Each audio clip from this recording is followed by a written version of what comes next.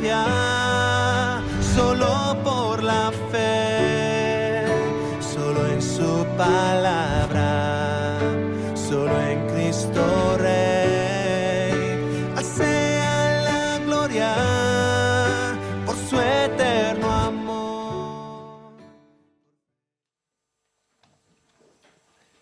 Vamos a tener una palabra de oración, pidiéndole al Señor su bendición en la predicación de la palabra en esta mañana. Señor Dios Santo, venimos delante de ti con nuestra fragilidad, con nuestros pecados, con nuestra incapacidad, Señor,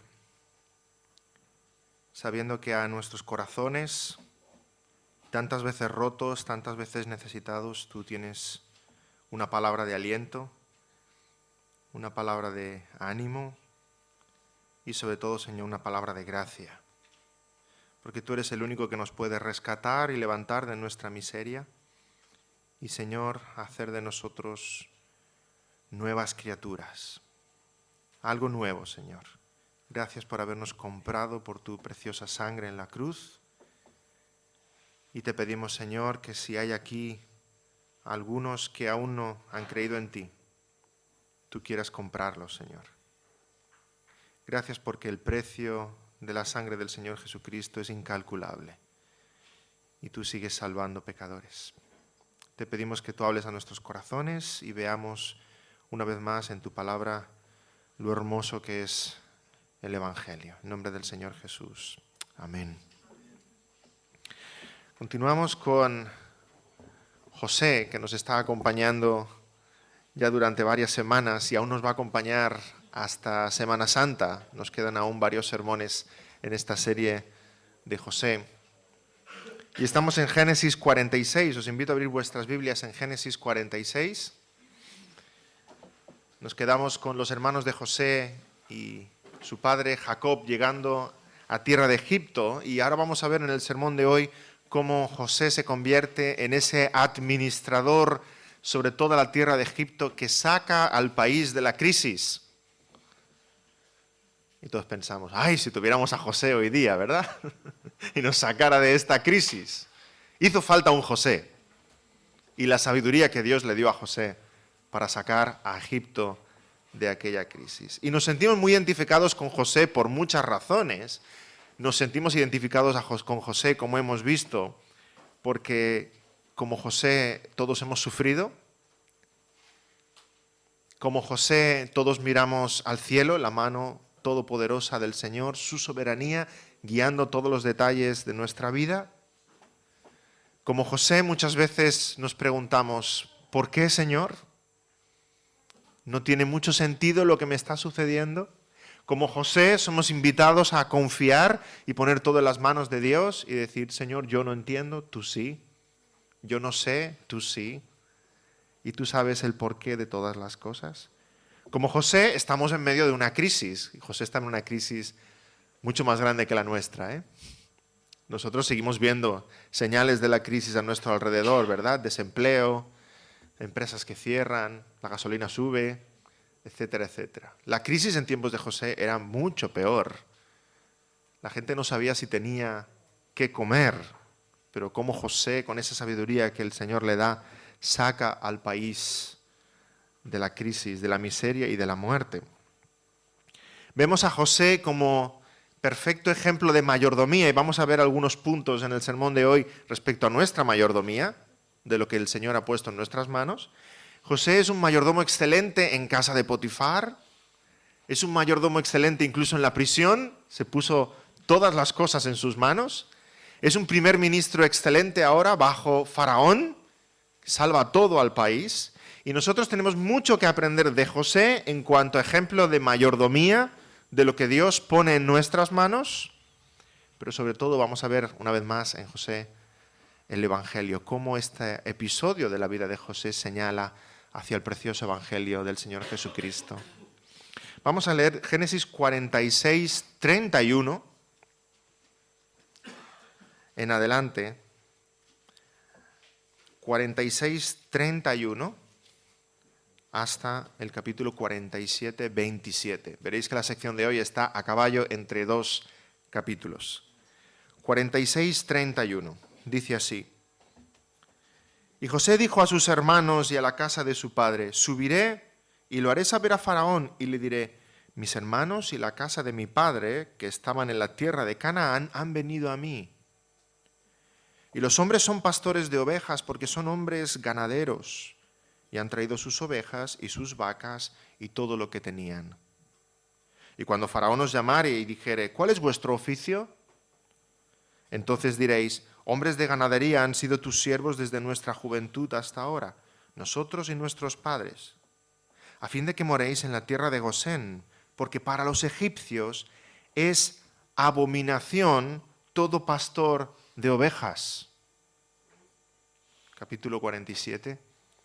Vino José y lo hizo saber a Faraón y dijo: mi padre y mis hermanos y sus ovejas y sus vacas y todo lo que tienen han venido de la tierra de Canaán y aquí están en la tierra de Gosén. Y de los postreros de sus hermanos tomó 5 varones y los presentó delante de Faraón. Y Faraón dijo a sus hermanos: ¿cuál es vuestro oficio?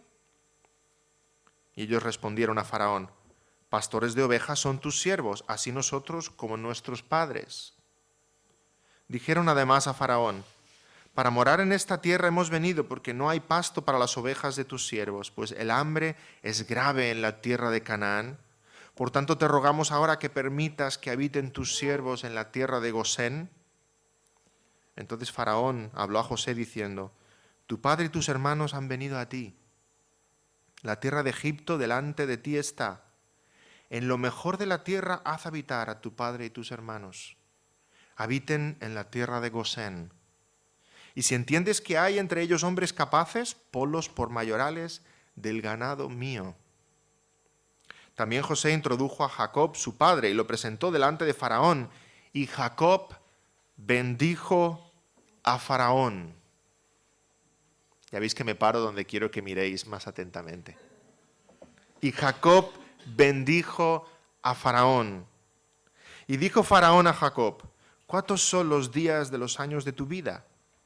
Y Jacob respondió a Faraón: los días de los años de mi peregrinación son 130 años. Pocos y malos han sido los días de los años de mi vida, y no han llegado a los días de los años de la vida de mis padres en los días de su peregrinación. Y Jacob bendijo a Faraón y salió de la presencia de Faraón. Así José hizo habitar a su padre y a sus hermanos y les dio posesión en la tierra de Egipto, en lo mejor de la tierra, en la tierra de Ramesés, como mandó Faraón. Y alimentaba José a su padre y a sus hermanos y a toda la casa de su padre con pan según el número de sus hijos. No había pan en toda la tierra, y el hambre era muy grave, por lo que desfalleció de hambre la tierra de Egipto y la tierra de Canaán. Y recogió José todo el dinero que había en la tierra de Egipto y en la tierra de Canaán, por los alimentos que de él compraban. Y metió José el dinero en casa de Faraón. Acabado el dinero de la tierra de Egipto y de la tierra de Canaán, vino todo Egipto a José, diciendo: danos pan. ¿Por qué moriremos delante de ti por haberse acabado el dinero? Y José dijo: dad vuestros ganados y yo os daré por vuestros ganados, si se ha acabado el dinero. Y ellos trajeron sus ganados a José, y José les dio alimentos por caballos, y por el ganado de las ovejas, y por el ganado de las vacas, por los asnos, y les sustentó de pan por todos sus ganados aquel año. Acabado aquel año, vinieron a él el segundo año y le dijeron: no encubriremos a nuestro señor que el dinero ciertamente se ha acabado, también el ganado es ya de nuestro señor, nada ha quedado delante de nuestro señor, sino nuestros cuerpos y nuestra tierra. ¿Por qué moriremos delante de tus ojos, así nosotros como nuestra tierra? Cómpranos a nosotros y a nuestra tierra por pan. Y seremos nosotros y nuestra tierra siervos de Faraón. Y danos semilla para que vivamos y no muramos, y no sea asolada la tierra. Entonces compró José toda la tierra de Egipto para Faraón, pues los egipcios vendieron cada uno sus tierras, porque se agravó el hambre sobre ellos, y la tierra vino a ser de Faraón. y al pueblo lo hizo pasar a las ciudades desde un extremo al otro del territorio de Egipto. Solamente la tierra de los sacerdotes no compró, por cuanto los sacerdotes tenían ración de Faraón, y ellos comían la ración que Faraón les daba. Por eso no vendieron su tierra. Y José dijo al pueblo: He aquí os he comprado hoy, a vosotros de vuestra tierra, para Faraón. Ved aquí semilla y sembraréis la tierra. De los frutos daréis el quinto a Faraón, y las 4 partes serán vuestras para sembrar las tierras y para vuestro mantenimiento, y de los que están en vuestras casas, y para que coman vuestros niños. Y ellos respondieron: La vida nos has dado. Hallemos gracia en ojos de nuestro Señor y seamos siervos de Faraón. Entonces José lo puso por ley hasta hoy sobre la tierra de Egipto, señalando para Faraón el quinto, excepto solo la tierra de los sacerdotes, que no fue de Faraón. Así habitó Israel en la tierra de Egipto, en la tierra de Gosén, y tomaron posesión de ella, y se aumentaron y se multiplicaron en gran manera. Hasta aquí la lectura en la palabra del Señor. Vamos a ver, como decíamos hace un momento, en primer lugar, algunos puntos esenciales del ejemplo que José nos deja como administrador. Y vemos al principio de este pasaje lo primero que hace José. En primer lugar, José provee para los suyos. Se preocupa de su padre y de sus hermanos. Y dedicamos una gran porción de esta lectura, desde el versículo 31 del capítulo 46 hasta el versículo 6 del siguiente capítulo, a ver cómo José está preparando a sus hermanos para una entrevista de trabajo. Iréis delante de Faraón y le diréis a Faraón, y cuando Faraón os pregunte, vosotros responderéis. Está preocupado por el bienestar físico de sus hermanos, de su padre, y diréis y explicaréis muy bien: nosotros somos ganaderos, no sabemos hacer otra cosa que cuidar de nuestras ovejas, porque eso es lo que os queréis dedicar. Y hay este problema, que ser pastor de ovejas es abominación para los egipcios, y no en cualquier lugar podéis apacentar vuestras ovejas, tiene que ser en la tierra de Gosén, en el delta del Nilo. Allí es donde hay verdes prados, y esa es la tierra que le vamos a pedir a Faraón para que estéis. José se está preocupando por sus hermanos, por su padre, por sus sobrinos, por su familia extensa. Y quiere que quede claro delante de Faraón que son buena gente, que son gente honrada, que no son delincuentes, que no son maleantes. Desde siempre nos hemos dedicado a trabajar con las ovejas. Y estamos dispuestos a trabajar y a tirar adelante el país y a colaborar en salir de esta crisis. Que quede claro esto delante de Faraón. Y a Faraón le parece bien la confianza que Faraón tiene sobre José, ¿verdad? La confianza que tiene.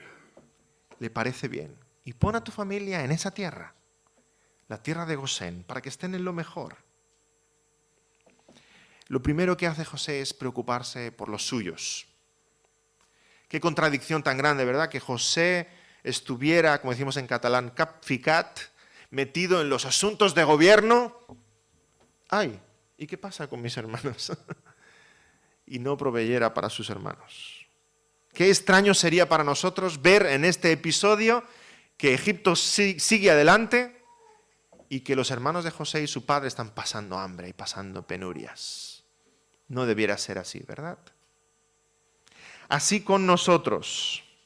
Hermanos, leemos en la palabra que primero hemos de proveer para nuestra esposa, para nuestros hijos, para aquellos que están cerca. Es una responsabilidad de todo cristiano. Dice 1 Timoteo 5:8, si alguno no provee para los suyos y mayormente para los de su casa, ha negado la fe y es peor que un incrédulo. ¿O no se preocupan los incrédulos por traer sustento a casa y proveer para sus familias? ¿Y tú que eres cristiano vas a ser peor? No, es una responsabilidad delante de Dios. Y agrada al Señor que trabajemos y proveamos para nuestras familias y para aquellos que estén en necesidad. 1 Timoteo 5:3, cuando la Iglesia está considerando el ayudar a las viudas, y sabemos que viuda en aquella época es sinónimo de persona desvalida, era viuda la que no tenía hijos, ni esposo, nadie que pudiera cuidar de ella. Leemos en 1 Timoteo 5:3, honra a las viudas que en verdad lo son.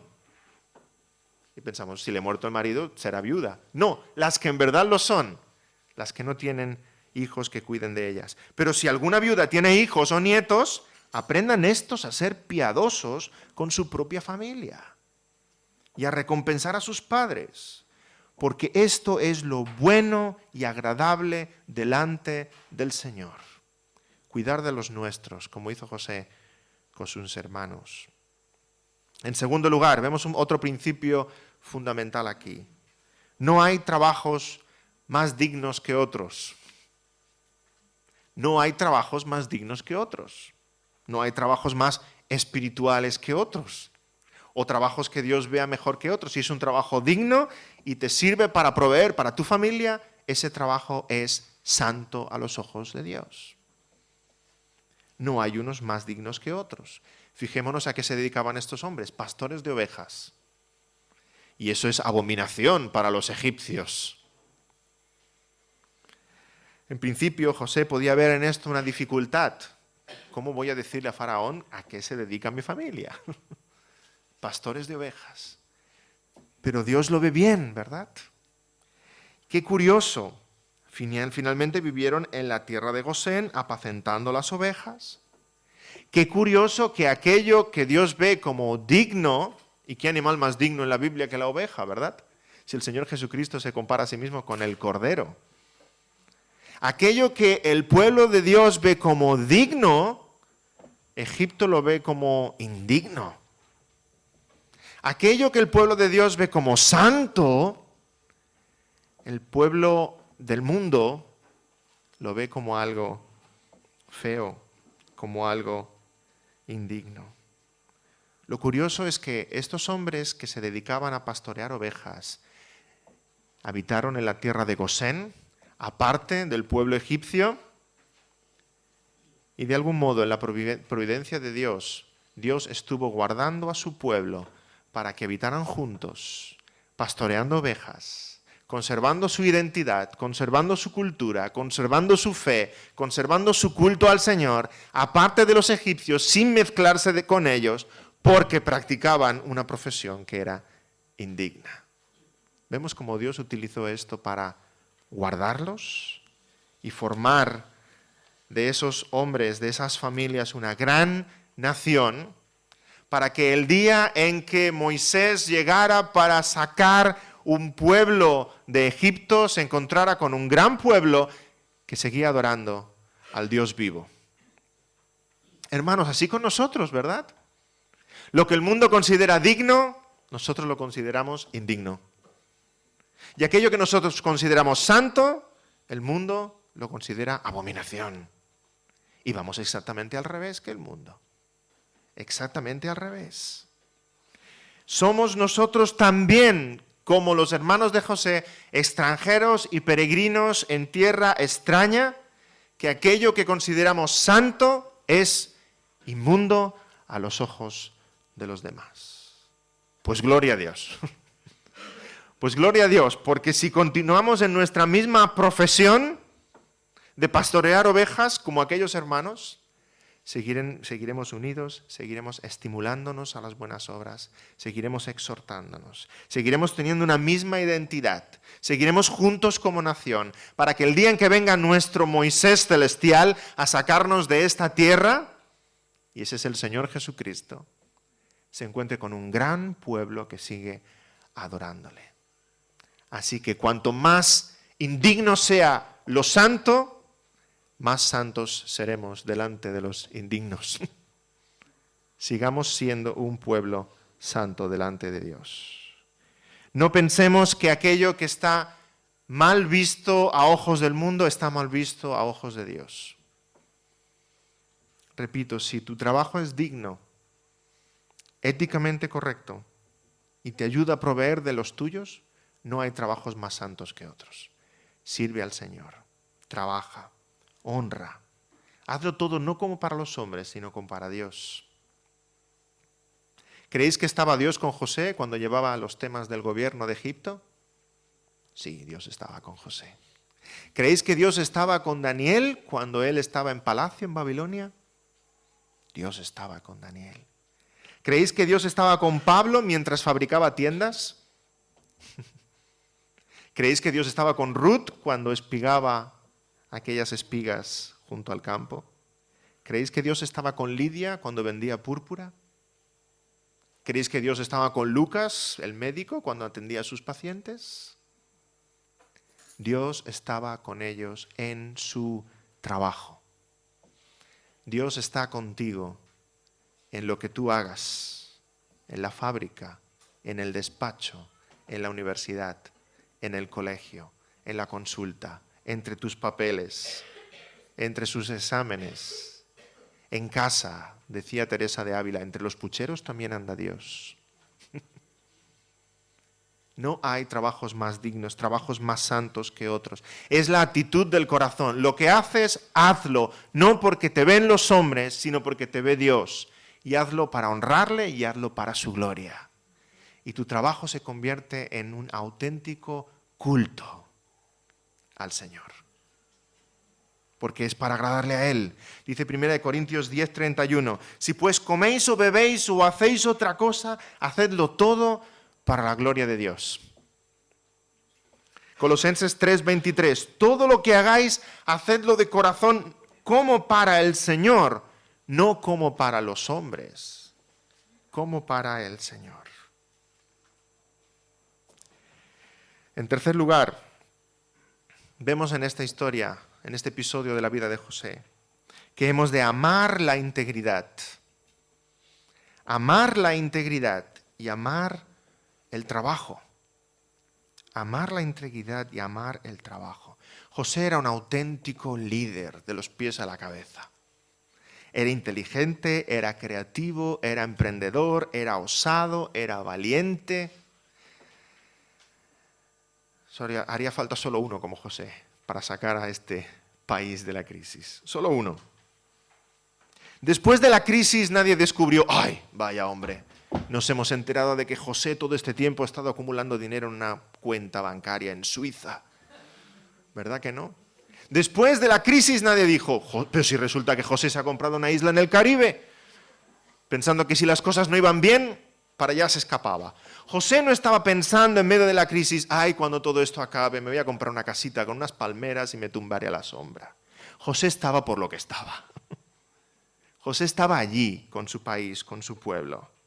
José es un político como no hay. Un gobernador como no hay y no habrá. No fue perezoso, fue comprometido.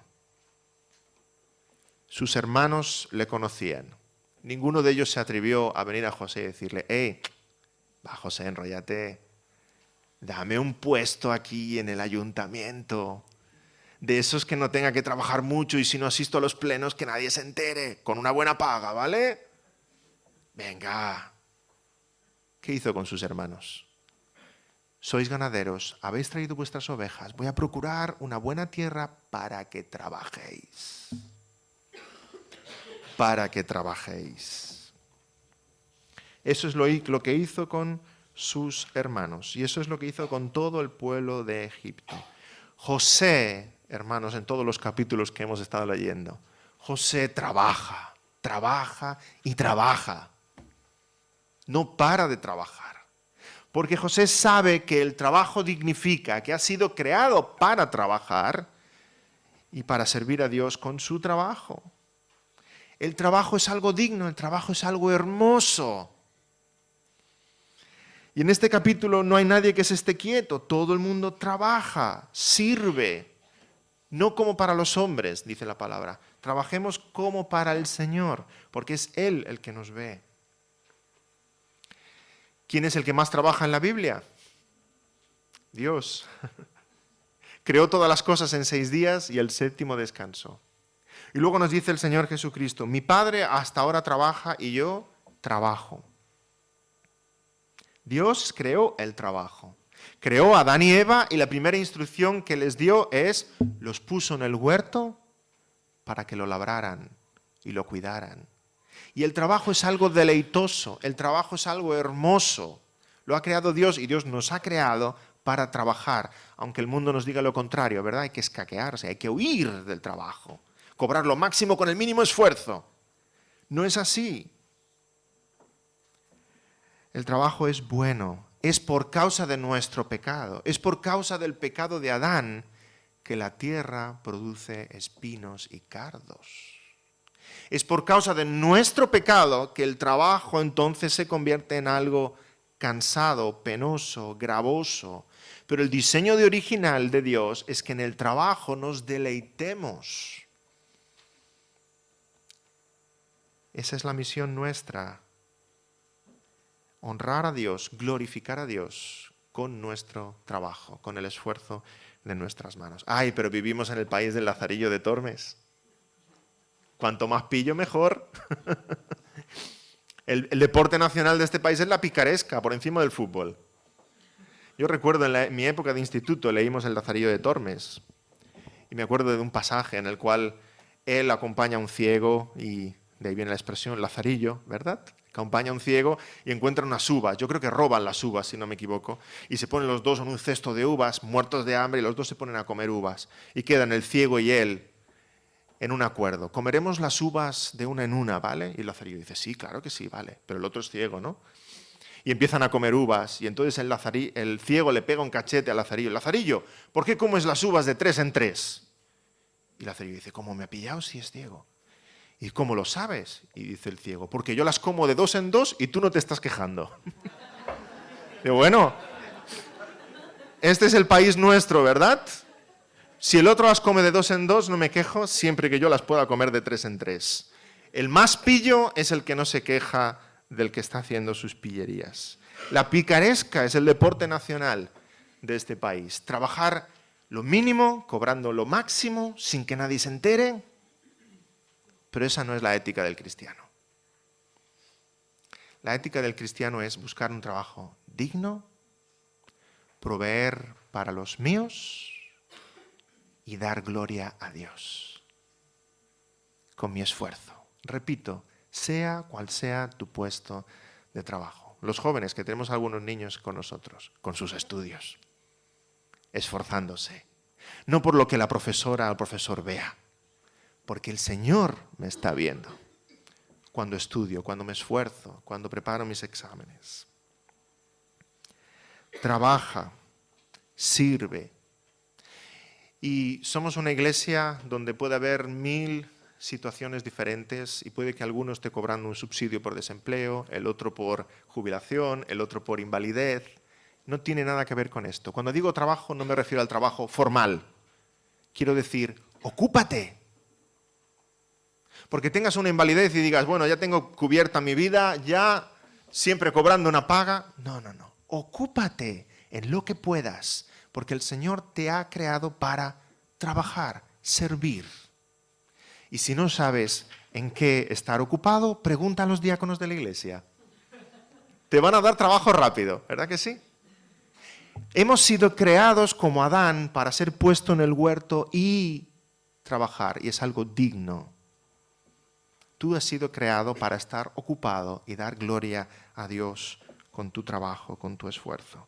Y la palabra es clara, 2 Tesalonicenses 3:10. Si alguno no quiere trabajar, que tampoco coma.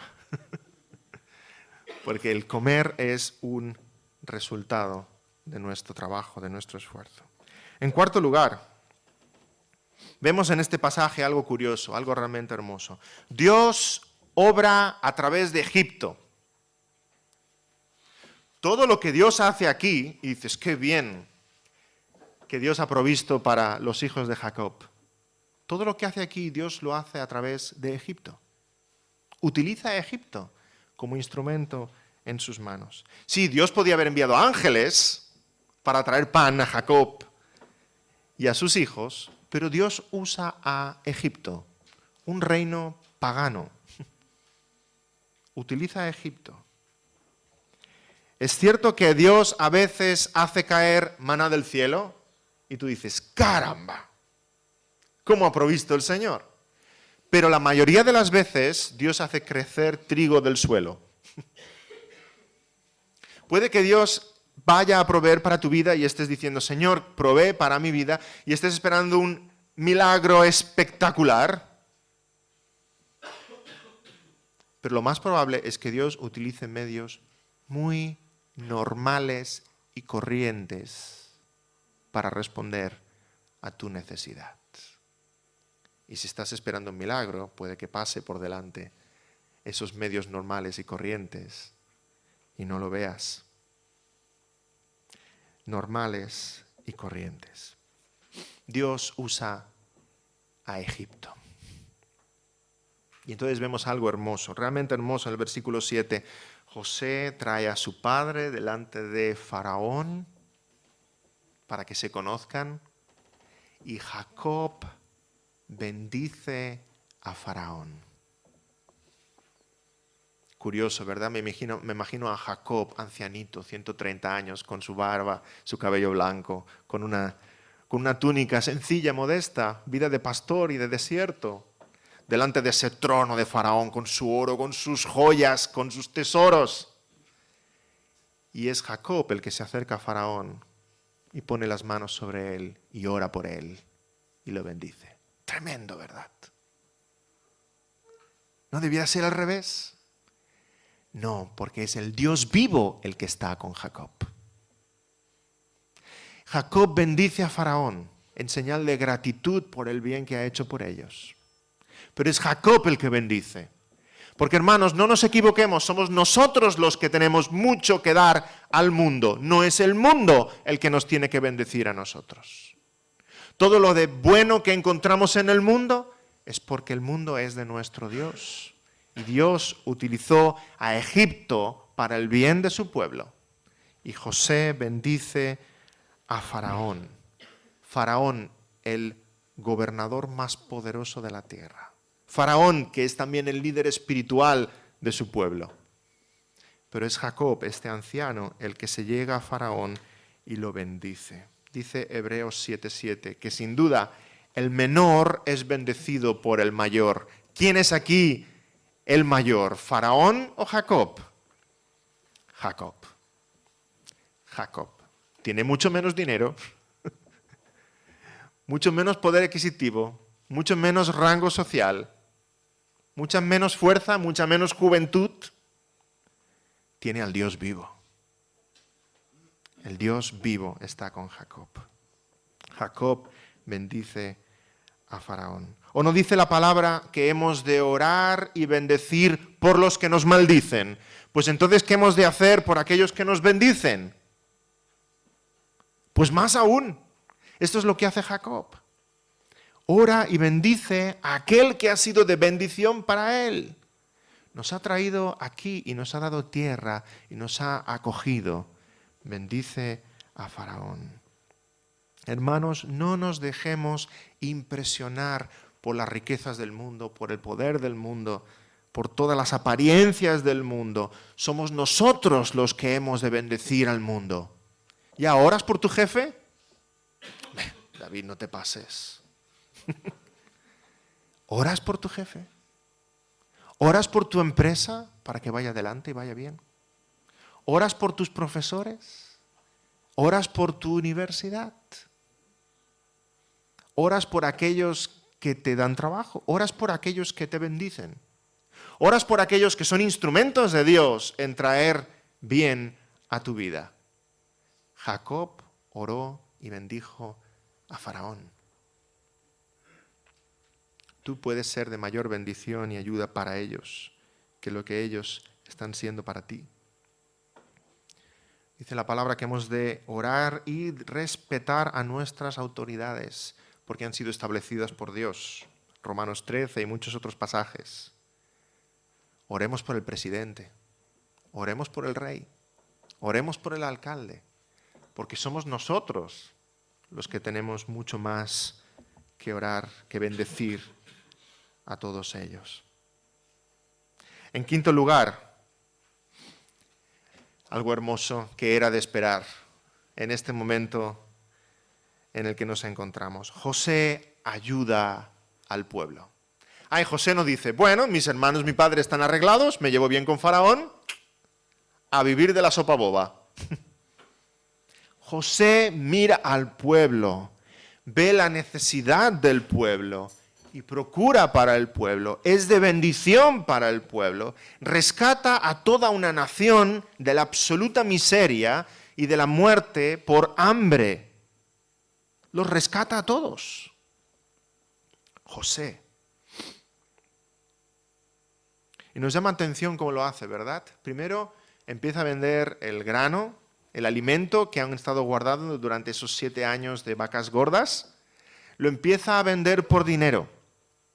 Y la gente va pagando el alimento y va sobreviviendo. Pero el dinero se acaba, ¿verdad? El hambre es muy grande. Entonces acepta los animales a cambio, un trueque. Me dais los animales y yo os doy grano, os doy pan para que sobreviváis. Y José se hace con todos los caballos, con todas las gallinas, con todas las vacas, con todos los asnos. Durante un año les da comida, pero también se acaban los animales.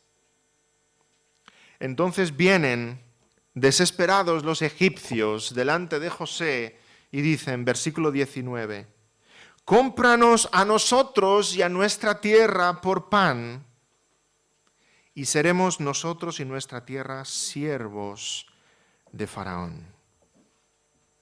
Y así lo hace José. Les da pan, y ahora ¿qué queda por comprar? Vosotros.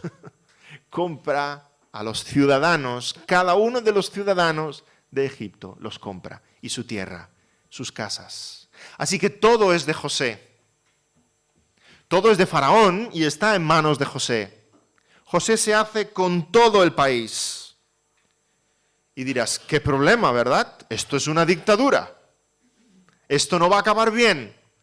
No acabaría bien si ahí mismo estuviera Mussolini o estuviera Stalin o estuviera Nerón. Esto no acabaría nada bien. Pero es que es José. Es que es José el que está ahí, no es cualquiera, es José. José se hace con todo. El mismo que fue gran mayordomo de Potifar, el mismo que estuvo sobre los presos en prisión, ahora es primer ministro del imperio más grande de la tierra y se hace con todo. Pero no hemos de tener miedo. Es José. No es cualquiera, es José. Que José se haga con todo es la única solución. Es la única salida, que José se haga con todo. Que no quede en nuestras manos, a nuestro criterio, a la opinión individual de cada uno de los egipcios según intentar hacer para sacar el país adelante. No, todo en las manos de José. Es la única manera de salir de aquí. Es la única vía para poder salvarnos. José pudiera haber ejercido gran usura con todos los ciudadanos. Se podía haber hecho con todo mucho más rápido, pero les da un pago digno a cada uno por lo que venden y les da pan. José no hace usura. Todo es de José por un precio justo. Y al final, cuando todo está en manos de José, José le dice a los egipcios, venid para acá. Aquí tienes tierra, aquí tienes semilla, y ahora trabajáis para mí. ¿Y qué responden los egipcios? La vida nos has dado. La vida nos has dado. Les dice, versículo 23, he aquí os he comprado hoy a vosotros y a vuestra tierra para Faraón. Ved aquí semilla y sembraréis la tierra. Y los egipcios responden, la vida nos has dado. José, nos has salvado. Hace unos días hablaba con un vecino y me comentaba lo muy angustiado que estaba porque tenía una pequeña empresa que no estaba funcionando, no sabía cómo iba a acabar, tenía varias familias trabajando para él, no sabía cómo iba a poderles dar empleo, estaba angustiado, no dormía por las noches. Al cabo de una semana o dos lo volví a ver por el barrio, le pregunté cómo estaba, le dije que había estado orando por él. Me dijo, mucho mejor, parecía contento. Y digo, vaya, ¿la empresa ha tirado adelante entonces? Dice, no, una empresa más grande. nos ha comprado. Y qué tranquilo estoy ahora. Ya no trabajo para mí, ahora trabajo para ellos. Esto es exactamente lo que hizo José. José salvó las economías individuales familiares de todo el país, comprándolos poco a poco. Se hizo con todo y cuando él fue señor de todo, les dijo, ahora trabajáis para mí. Y todos contestaron, nos has salvado. Porque no sabíamos qué íbamos a hacer. Estábamos perdidos. Nos has salvado. Todo es de José. Ahora la vida nos has dado. Del mismo modo, punto número 6, hemos de reconocer que todo es de nuestro Dios.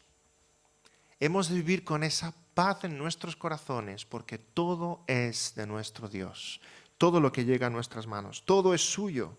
Por eso oramos, el pan nuestro de cada día, dánoslo hoy. Todo es suyo y Él nos provee. Y qué triste es, a nuestros hijos les enseñamos a orar antes de comer, ¿verdad? Qué triste es cuando los incrédulos comen, como si fuera suyo, sin dar gracias a Dios. Esto nos ha de enseñar a no creernos fuertes en nosotros mismos. Si el Señor te ha dado trabajo y te ha dado casa y te ha dado salud, todo es del Señor, no es tuyo. En cualquier momento pudiéramos estar diciendo con Job, el Señor nos dio y el Señor quitó, sea el nombre del Señor bendito. Incluso Faraón, el que tenía el puesto de trabajo más seguro sobre la tierra, le llega ese sueño de 7 vacas gordas y 7 vacas flacas y se pone a temblar. Dice, ¿qué significa esto? Tiene miedo, porque es que el pan que come Faraón lo come por la gracia y la misericordia de Dios. Si no, no tendría que comer. Miremos la actitud de Jacob. Cuando Jacob se presenta delante de Faraón y Faraón le pregunta por él y por sus años, Jacob responde en el versículo 9, capítulo 47, los días de los años de mi peregrinación son 130 años, pocos y malos han sido los días de los años de mi vida, y no han llegado a los días de los años de la vida de mis padres en los días de su peregrinación. Por 2 veces se refiere a su vida como peregrinación. Está en este mundo de paso. Jacob le está diciendo a Faraón, estoy aquí de paso, soy extranjero y peregrino, pero hay una ciudad celestial que me espera. 130 años. Se compara con su padre y con su abuelo y dice, pocos son, 130 añitos.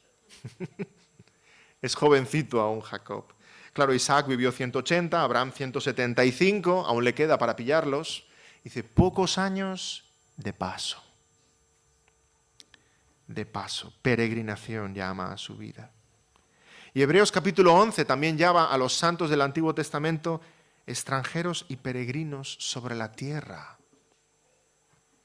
Dice Hebreos 11, porque los que esto dicen claramente dan a entender que buscan una patria, pues si hubiesen estado pensando en aquella de donde salieron, ciertamente tenían tiempo de volver, pero anhelaban una patria mejor, esto es celestial.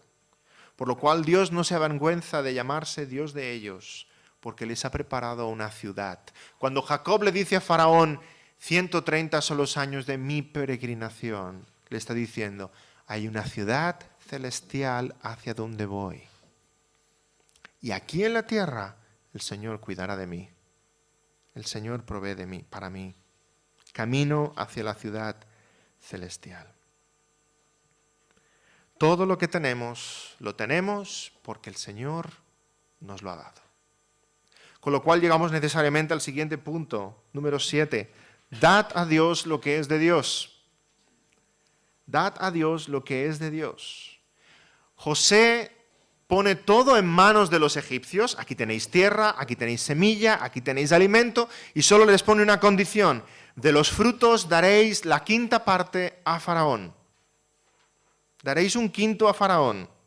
Versículo 24. 4 partes son para vosotros, para comer, para sembrar, para dar a vuestros hijos. Una parte es para Faraón. Escribe Calvino en un comentario sobre este pasaje. A los hombres que estaban completamente destituidos de todo y en cierto sentido exiliados, José los restituye de sus posesiones en la más equitativa de las condiciones, para que ellos debieran pagar una quinta parte de la producción al rey. Se conoce que anteriormente en muchos otros lugares los reyes habían demandado por ley el pago del diezmo, pero que en tiempos de guerra se doblaba este impuesto. Y luego dice Calvino, hablando de José, este santo hombre así se condujo a sí mismo entre estas 2 partes, enriqueciendo grandemente al rey sin oprimir al pueblo por tiranía. Y deseara yo que todos los gobernantes practicaran esta moderación, dice Calvino. Así que los egipcios debían darle a Faraón no un diezmo, sino 2 diezmos, la quinta parte de todo, por la urgencia de la crisis, como si estuvieran en tiempos de guerra, para ayudar a sacar el país adelante. ¿Y podemos decir que José era un tirano? ¿Podemos decir que José oprimía al pueblo con grandes impuestos? José siempre tuvo un trato justo con la gente de Egipto. ¿O no es justo darlo todo y recibir una pequeña parte? Si pudiéramos entrevistar a uno de los egipcios de aquella época, he estado buscando, pero no he encontrado ninguna entrevista de aquel tiempo, pero si fuéramos reporteros y pudiéramos parar y entrevistar a un egipcio de entonces y preguntarle, ¿crees que os trata bien José? Tenéis que dar un quinto a Faraón. Diría algo así, si todo es de Faraón, la tierra, las semillas, las casas, nuestras vidas, nos ha comprado por precio, nos ha salvado de morir de hambre y ahora nos da las tierras para que las sembremos y comamos y no muramos. ¿Cómo no vamos a darle 2 diezmos si de todos modos todo es suyo? Le damos a él, pero él nos da más. Y aún lo que le damos, se lo damos porque él primero nos ha dado. Faraón no es nuestro opresor, Faraón es nuestro salvador. Y Zafnat Panea es su mano derecha. Algo así diría un egipcio de aquel tiempo.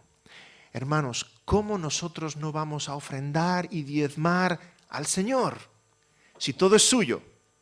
Y lo que le damos, se lo podemos dar porque Él primero nos ha dado. Y si podemos ganar algo, es porque Él nos ha dado salud y nos ha dado trabajo y nos ha dado la vida. Si nuestra propia persona, Él la ha comprado. El Señor es nuestro Salvador.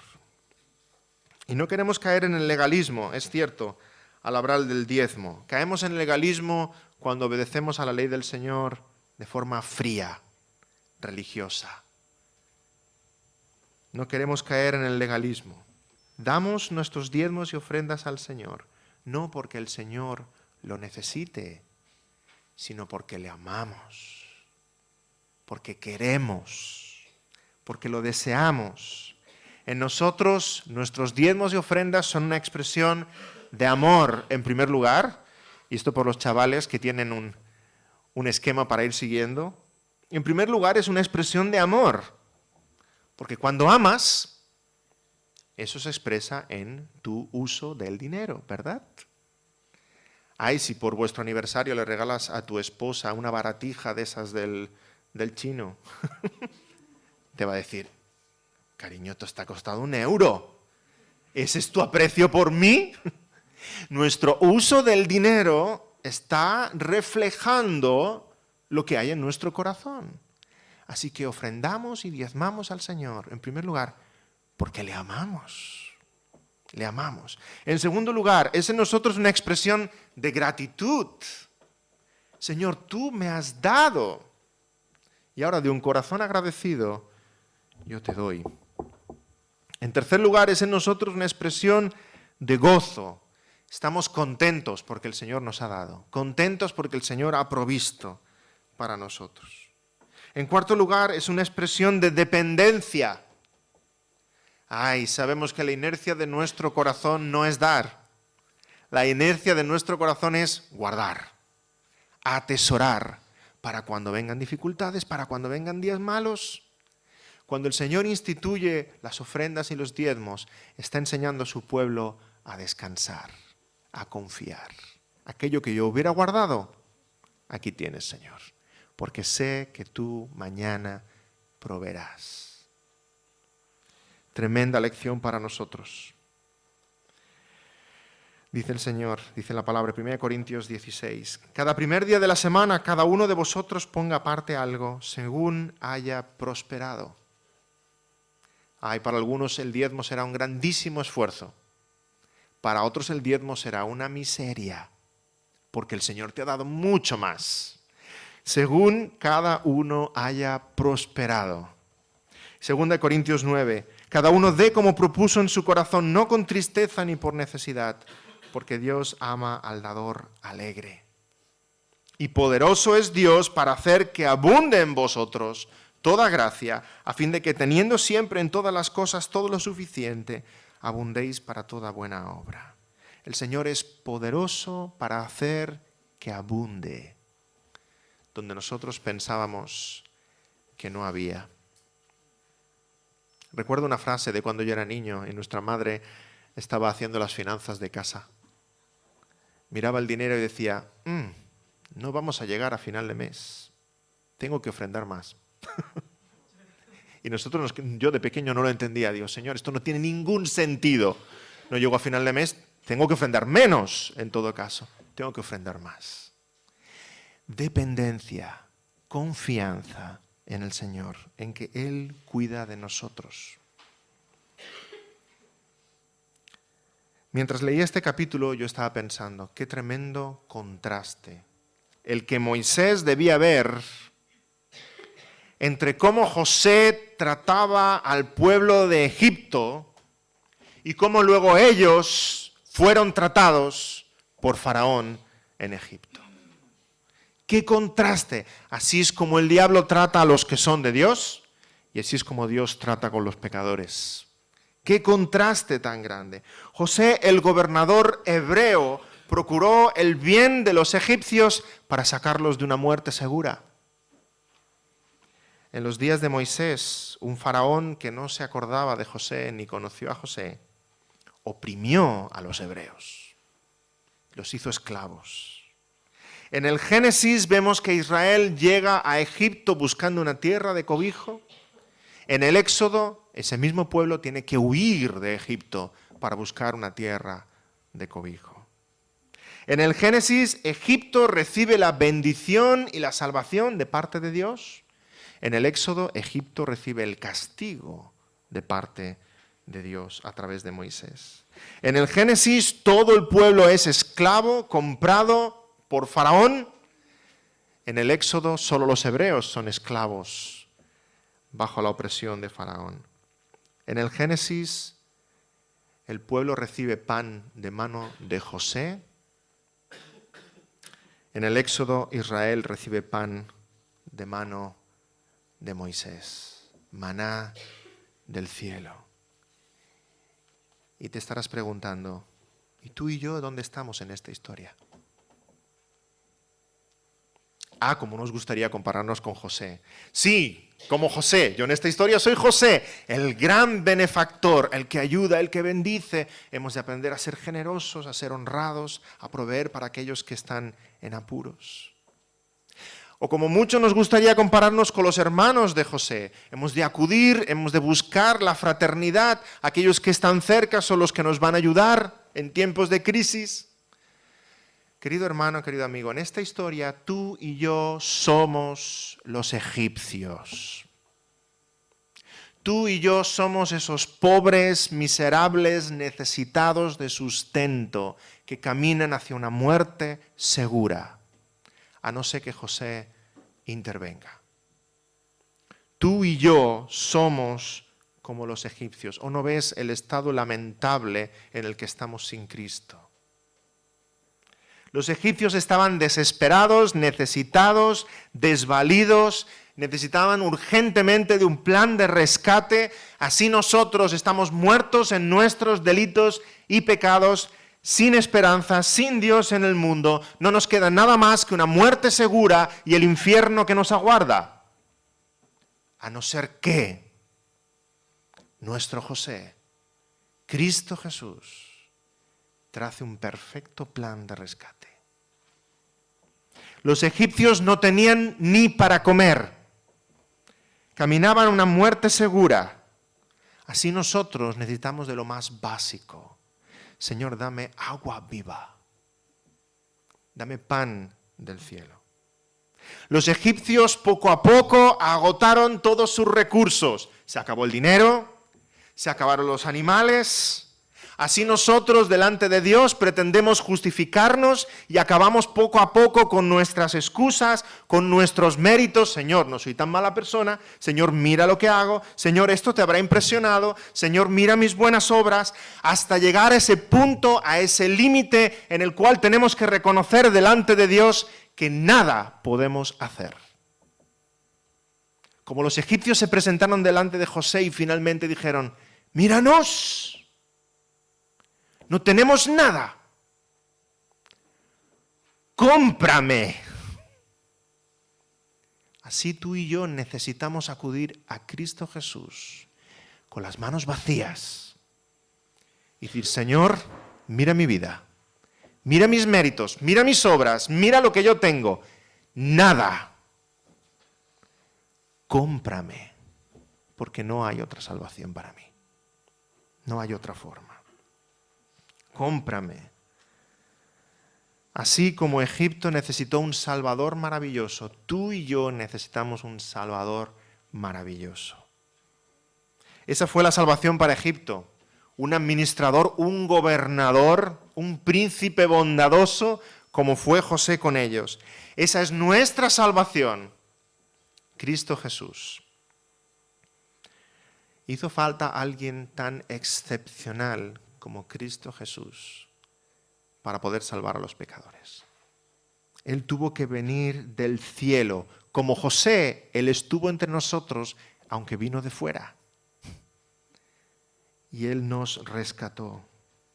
No había otra forma en Egipto para salvarse que acudir a José. Y cuando ellos compartían los egipcios entre sí sus miserias, ese era el único consejo que podían darse. No tienes nada, no tienes pan que comer, desfalleces, ves a Zafnat Panea. Él me compró a mí, te comprará a ti. Y esa es nuestra única forma de salvación hoy. Y ese es el único consejo que podemos dar al pecador. Ves a Cristo Jesús. Es que no tengo nada. No has de llevar nada. Ves a Cristo Jesús. Él me compró a mí. Te comprará a ti también. Es la única forma, es el único nombre en el cual podemos ser salvos. Porque no hay otro nombre bajo el cielo, hemos cantado antes, dado a los hombres en que podamos ser salvos. Qué Salvador tan maravilloso. Así como José enriqueció grandemente a Faraón y su gloria se conoció en toda la tierra, y a la vez no fue un tirano con el pueblo, sino que salvó a aquellos que estaban desvalidos. Cristo Jesús en la cruz da toda la gloria al Padre Celestial y a la vez nos compra. Da toda la gloria al Rey de Reyes y a nosotros nos compra por precio. Y somos objeto de su gracia y de su misericordia. Porque todo es suyo. Para llevar a cabo este plan maravilloso, José primero necesita hacerse con todo. Cuando José lo compra todo y todo es de José, José puede llevar a cabo su plan. Todo era de José, tierra, ganado, animales, grano, comida, incluso la gente de Egipto es de José. Y José lleva a cabo su plan de salvación. Del mismo modo, Cristo obra la salvación de su pueblo, de los pecadores, pero todo está en las manos de Cristo. Todo es de Cristo. Cristo venció la muerte y todo está en sus manos. Dice Filipenses 2:9, Dios también lo exaltó hasta lo sumo y le dio un nombre que es sobre todo nombre, para que en el nombre de Jesús se doble toda rodilla de los que están en los cielos y en la tierra y debajo de la tierra. Cristo venció y todo es suyo. Y dice Colosenses 1:16, porque en Él fueron creadas todas las cosas, las que hay en los cielos, las que hay en la tierra, visibles e invisibles, sean tronos, sean dominios, sean principados, sean potestades, todo fue creado por Él y para Él. Dios puede llevar a cabo este plan de salvación a través del Señor Jesucristo, porque todo es de Cristo. Todo está en las manos de Cristo. Y si todo es suyo, si todo es del Señor Jesús, ¿cómo te vas a presentar delante de Él? Ay, no puedes decir, bueno, aún me queda una gallina. Voy a ir a ver si Jesús me la cambia por un poquito de gracia, por un poquito de perdón de los pecados. Bueno, me queda una semilla de buenas obras. Voy a intentar sembrarla, a ver si aquí un año sale algo. No tienes nada. Todo es de Cristo. Como aquellos egipcios ya no tenían nada. Todo era de José. Solo podían acudir a José y clamar por su misericordia. No te queda nada. Tú no tienes nada, Jesús lo tiene todo. Absolutamente todo. ¿Cómo te vas a presentar delante de Él? Ay, con un poquito de mi inteligencia. Es suya. Ya, pero es que en mi corazón yo veo que hay un poco de fe. Es suya. Ya, pero aquellas buenas obras Dios las verá y las tendrá en consideración. Son suyas. ¿Con qué te vas a presentar delante de Cristo Jesús? Si todo es suyo. Todo es suyo. Ah, entonces sí que estoy perdido si todo es suyo, porque tengo que ir con las manos vacías. Es precisamente porque todo es suyo que tienes esperanza.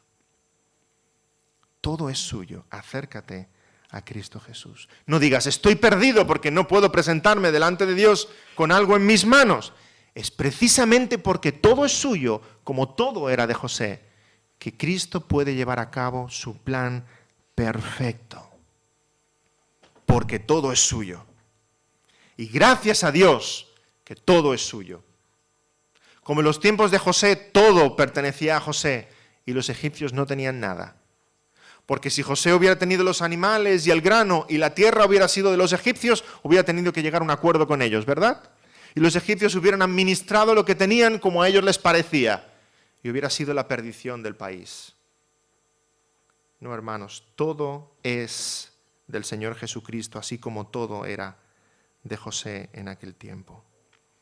Gracias a Dios, porque en nuestra salvación todo es de Cristo Jesús.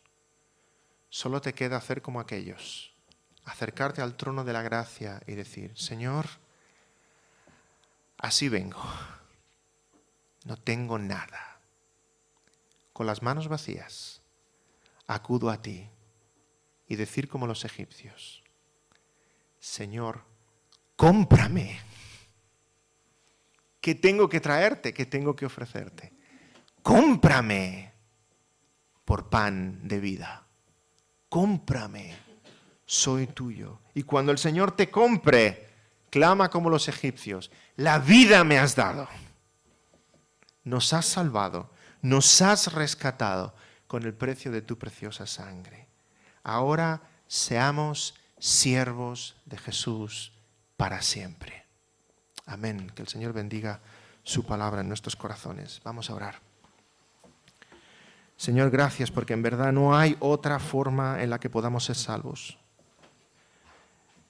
Señor, como aquellos egipcios, en su desesperación, sin tener nada más en sus manos, acudieron a José por clemencia y fueron comprados para ser sus siervos.